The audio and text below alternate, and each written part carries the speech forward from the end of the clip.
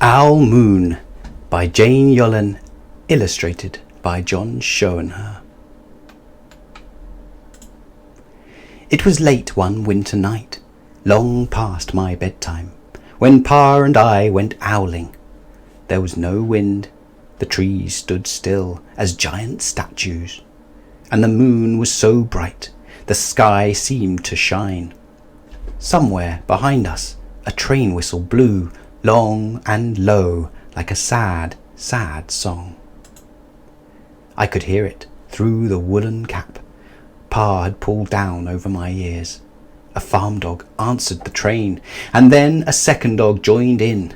They sang out, train and dogs, for a real long time, and when their voices faded away, it was as quiet as a dream.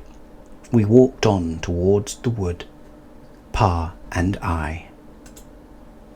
Our feet crunched over the crisp snow, and little grey footprints followed us. Pa made a long shadow, but mine was short and round. I had to run after him every now and then to keep up, and my short, round shadow bumped after me. But I never called out. If you go owling, you have to be quiet. That's what Pa always says. I had been waiting to go owling with Pa for a long, long time. We reached the line of pine trees, black and pointy against the sky, and Pa held up his hand. I stopped right where I was and waited. He looked up, as if searching the stars, as if reading a map up there. The moon made his face into a silver mask. Then he called, "Woo, woo," the sound of a great horned owl. Woo, woo, woo, woo, woo, woo. Again he called out, and then again. After each call he was silent, and for a moment we both listened, but there was no answer. Pa shrugged, and I shrugged. I was not disappointed. My brothers all said, sometimes there's an owl, and sometimes there isn't. We walked on. I could feel the cold as if someone's icy hand was palmed down on my back, and my nose and the tops of my cheeks felt cold and hot at the same time, but I never said a word. If you go owling, you have to be quiet and make your own heat. We went into the woods. The shadows were the blackest things I had ever seen. They stained the white snow.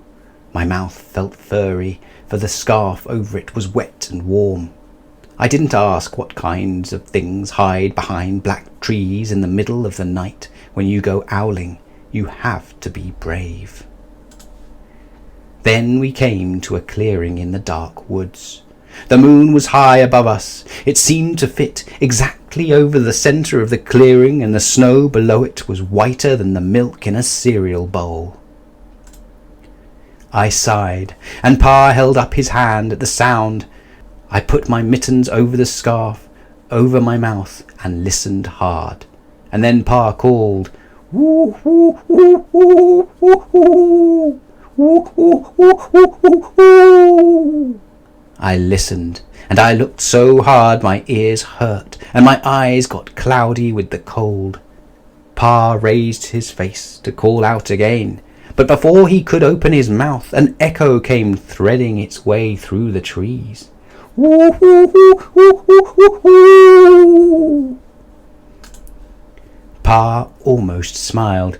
Then he called back, "Woo, woo, woo, woo, woo, woo, woo," just as if he and the owl were talking about supper, or about the woods, or the moon, or the cold.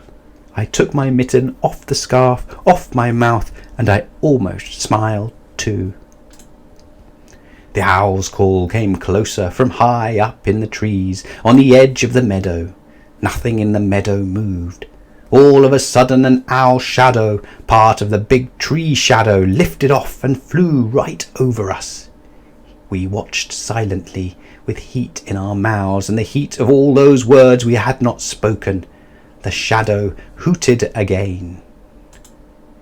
Pa turned on his big flashlight and caught the owl just as it was landing on a branch. For 1 minute, 3 minutes, maybe even 100 minutes, we stared at one another.